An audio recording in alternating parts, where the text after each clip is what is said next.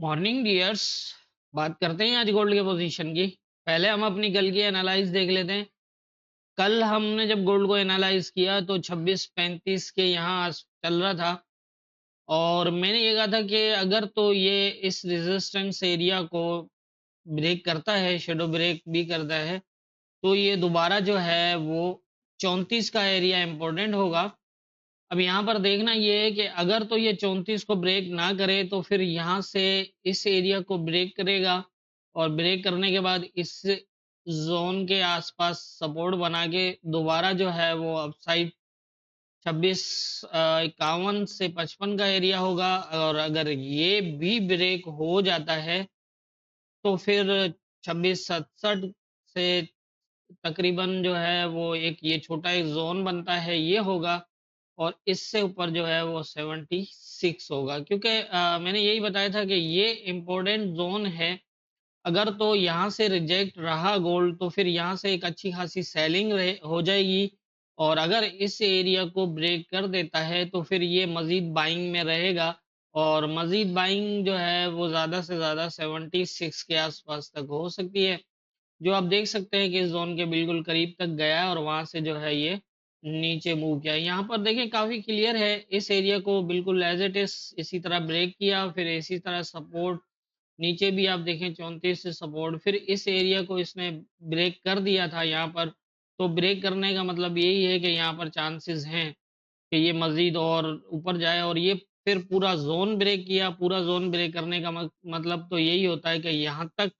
और अगर ये एरिया प्रॉपर टेस्टेड होता तो फिर मतलब किसी भी जोन से या तो वो जोन के जोन ब्रेक ना करे या फिर उसको जो है वो टेस्ट करे। अगर ब्रेक कर देता है, चाहे वो शैडो ब्रेक ही क्यों ना हो, तो फिर हम ये देख सकते हैं कि दोबारा वो सपोर्ट पे आगे दोबारा आप जा सकता है।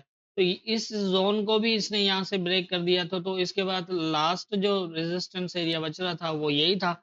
और मैंने कल यही बताया था कि 76 ज्यादा से ज्यादा जा सकता है अगर ये एरिया ब्रेक होता है तो ये। और यहाँ से इसने ब्रेक कर दिया था, तो उसी हिसाब से जो है वो इसने 76 के आसपास तक हाई लगाने के बाद नीचे मूव किया। तो ये थी हमारी कल की एनालाइज और मार्केट की मूवमेंट। अब देख लेते हैं आज के इम्पोर्टेंट एरियाज क्या होंगे।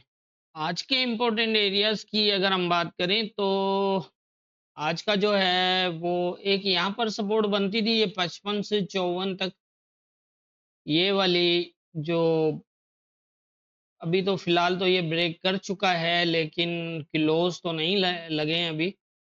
मार्केट उसी लेवल को स्टे करने की कोशिश तो कर रही है लेकिन ये है कि ब्रेक हो चुका है। अब दो चीजें हो सकती हैं, इससे नीचे अगर आता है तो ये एरिया होगा। अगर इसको, क्योंकि ये पिछले टाइम में ब्रेक है, M15 का चार्ट है ये, आप देख रहे हैं, और ये पिछले टाइम के अंदर यहाँ से वैसे ही ब्रेक करके गया अपसाइड, जैसे ये ऊपर से नीचे आया था ब्रेक करता हुआ लेवल्स को।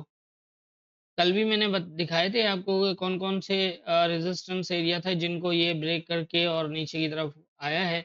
इसी तरह से ये ऊपर जो गया है वो भी इस तरह ही मामला है। ये एक ऐसी 40 से 34 का एरिया एक ऐसा बनता है जिसको इसने अपसाइड ब्रेक करने के बाद जो है वो नीचे ब्रेक नहीं किया था, लेकिन ये कि इस एरिया को भी इसने ब्रेक किया हुआ। अब दो चीजें हो सकती हैं, जिस एरिया से ये कल रिजेक्ट हुआ है ये काफी इम्पोर्टेंट एरिया है और यहाँ की रिजेक्शन इसको एक अभी फिलहाल तो कुछ नहीं कह सकते, लेकिन अगर ये H4 इसको एरिया को ब्रेक करता है और H4 का क्लोज यहाँ कहीं लगाता है तो फिर ये इस एरिया को टेस्ट करेगा। अब यहाँ पर थोड़े से लेवल मैंने ज़्यादा लगाए हैं, लेकिन क्या है कि हम M15 को फॉलो करते हैं ना, तो मैं आपको M15 के हिसाब से ये लेवल लगा के जो है वो समझा रहा हूँ ताकि आपको आसानी से समझ आए कहाँ से क्या करना चाहिए। अगर H4 का क्लोज इस एरिया से नीचे कहीं भी लग जाता है तो फिर बहुत ज़्यादा चांसेस है कि इस एरिया को ये दोबारा टेस्ट करेगा और यहाँ से ये आएगा यहाँ तक। और ये भी पॉसिबल है कि ये एरिया इसका बॉटम भी टेस्ट करे और नहीं तो ये है कि कम से कम 25 तक का एरिया तो होगा। अब यहाँ पर देखें ये पूरा ज़ोन जो है वो इससे ब्रेक हो चुका है, अनवैलिड हो गई है ये वाली सपोर्ट।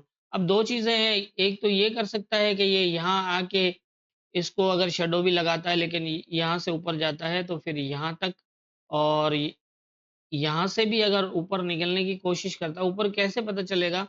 वो यही है कि अगर ज़ोन से दोबारा ऊपर निकले और क्लोज़ करने लग जाए यहाँ पर 15 मिनट का बुलिश वगैरह, तो फिर कम से कम 2 क्लोज़, तो उसके बाद ये थोड़ा बहुत अप जाएगा, अप जाने के बाद ये थोड़ा नीचे आएगा दोबारा इस एरिया पे और इस तरह से मूवमेंट बनेगी।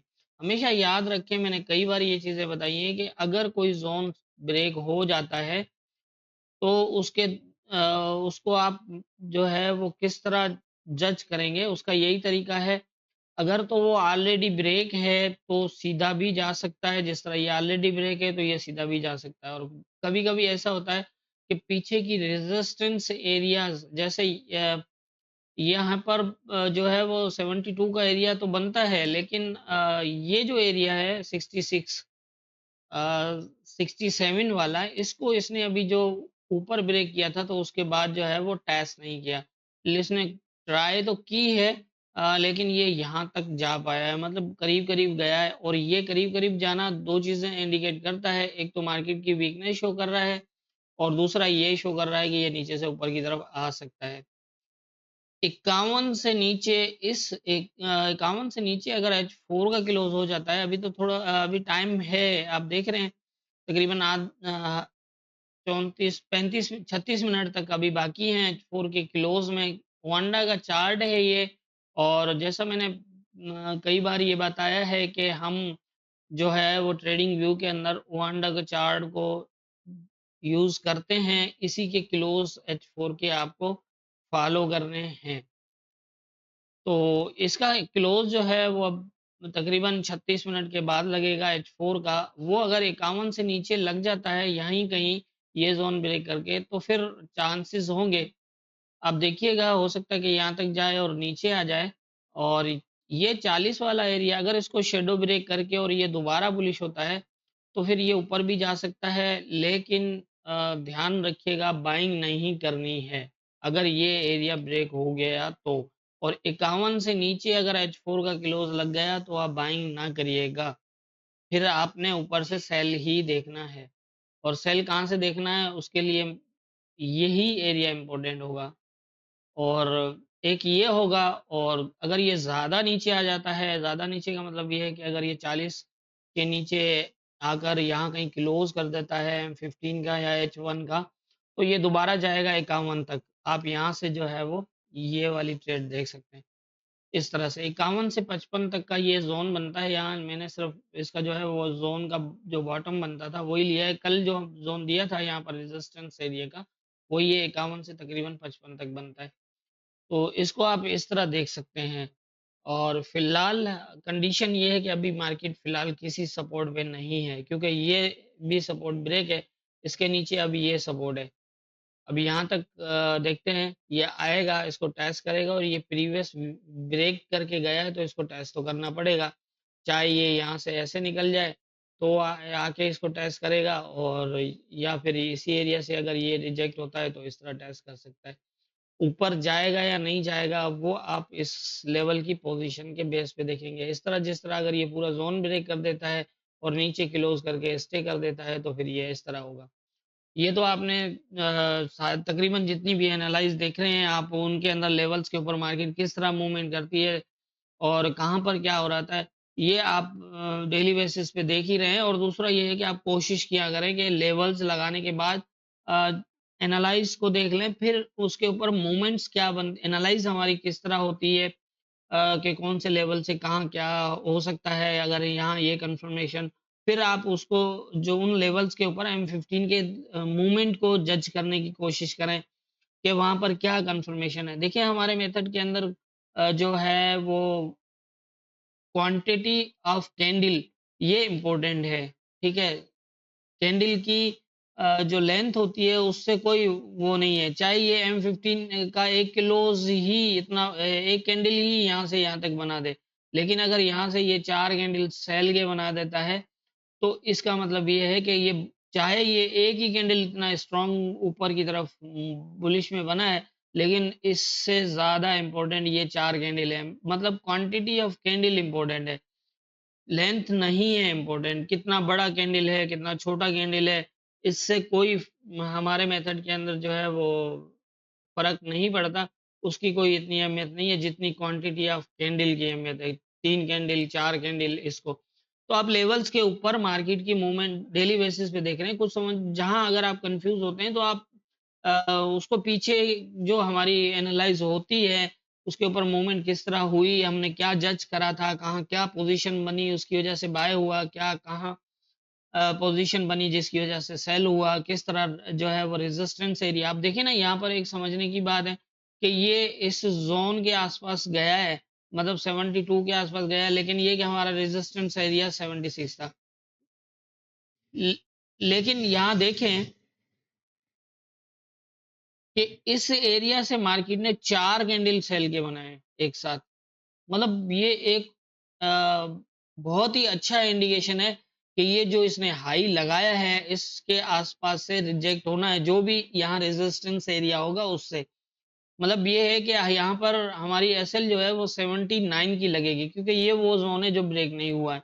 लेकिन हमारे पास ये कंफर्मेशन थी, यहाँ पर हमने सेल नहीं करना है इस मूवमेंट में, हमने सेल करना है इसको दोबारा यहाँ तक आके आने के लिए देखना है, और यहाँ से फिर सेल करना है। तो इस तरह से है, मतलब हमारे पास अभी नीचे से आप देखना शुरू करेंगे, देखें यहाँ पर ये एक सपोर्ट जोन है, 2 सेल, फिर एक बुलिश, फिर 2 मतलब सेल। और इससे पहले अगर हम देखें तो 4 से 5 कैंडल एक साथ जो है वो M15 के, इट मीन्स यहाँ मार्केट स्ट्रॉन्ग शो कर रही है क्लियरली, मतलब वो क्लियर शो कर रहा है, क्योंकि यहाँ रेजिस्टेंस एरिया भी था, वो भी ब्रेक हुआ। ये भी साथ में देखना होता है कि वो क्या मार्केट रेजिस्ट तो नहीं हो रही है ऐसी कंडीशन में। अच्छा, उसके बाद आप देखें क्वांटिटी ऑफ कैंडल की मैं जहाँ बात कर रहा हूँ, एक अच्छे खासे क्वांटिटी के बुलिश कैंडल, और फिर 2 सेल कैंडल, उसके बाद फिर सेम पोजीशन, फिर 2 कैंडल। ठीक है, तो यहाँ पर आप देखें, आप बहुत आसानी से जज कर सकते हैं कि मार्केट के अंदर क्या स्ट्रॉन्ग है, क्या पोजीशन है। और साथ में आपको लेवल भी देखना है, सिर्फ क्वांटिटी ऑफ कैंडल नहीं देखना है, साथ में लेवल भी देखना है कि अगर मार्केट ऊपर जा रही है तो रेजिस्टेंस के साथ क्या हो रहा है, जो हमने पिछली कल की एनालाइज को जो है वो पहले जिस तरह डिस्कस किया, तो इसी तरह से ये सारी चीज़ें आपने देखनी है। तो कोई मुश्किल नहीं है, बड़ी आसानी के साथ आप मार्केट को जज कर सकते हैं, या पोजीशन को देखकर आप आसानी से ट्रेड कर सकते हैं। मुझे नहीं लगता कि इसके अंदर कोई इतनी ज़्यादा मुश्किल है। और जैसा मैंने कई बार बताया कि रेजिस्टेंस अगर ब्रेक होता है तो आप यूँ समझें कि मार्केट अभी भी बाय बाय की तरफ है। ठीक है, लेकिन ये है कि अगर नीचे आ रही है तो आप उसको एज़ अ सपोर्ट देखेंगे, वो वहाँ से सपोर्ट लेगी जो सपोर्ट उसने बाय के दौरान ब्रेक ना की हो, जिस तरह मैंने ये बताया आपको। आज डिटेल में बताने का मतलब ये है कि बहुत से दोस्त इस वजह से कन्फ्यूज़ भी होते होंगे कि कुछ पता नहीं चलता, सिर्फ लेवल है, ना कोई इंडिकेटर है, ना फलाँ है, ना कोई पैटर्न है, ना कुछ ऐसा है, कोई ये मतलब हमें नहीं पता चलता। और ये लेवल्स लगे हुए हैं, क्या पता किस तरह ब्रेक होता है, मार्केट नीचे भी जाती है और ऊपर भी जाती है, लेवल ब्रेक भी हो जाते हैं। जी हाँ, ये लेवल सपोर्ट ब्रेक हुई है ना, मार्केट यहाँ से ऊपर जा सकती है, लेकिन ऊपर क्या लेने जाएगी? रिटेस्ट जाएगी। ये कोई बाइंग नहीं होगा, ये बाइंग नहीं है। अब इसको जैसे उस दिन मैंने बताया था कि 34 का एरिया टेस्ट करना ही करना है, तो इस तरह से ये देखें, अगर पूरा ज़ोन ब्रेक हुआ तो इसको ये टेस्ट करना ही करना है। अब 2 सूरत होती है, 2 कंडीशंस के अंदर मार्केट मूव करती है। एक तो ये सीधा आ सकता है, अगर ये ऊपर की तरफ मूव करता है तो आपने बाय नहीं करना है, यहाँ से आपके पास सेल होगा। इस तरह की पोज़ीशन होती है। अगर ये एरिया भी ब्रेक हो जाता है तो फिर आप इस एरिया को देख सकते हैं या इस एरिया को। लेकिन हमने बाय नहीं करना, क्योंकि मार्केट सपोर्ट के ऊपर नहीं है। ये गिरेगा, यहाँ से गिरे, चाहे यहाँ से गिरे, चाहे यहाँ से गिरे। मैं डिटेल्स के साथ इसलिए बता रहा हूँ कि ये आप बहुत थोड़ा-सा देखिए, मेहनत तो करनी पड़ेगी।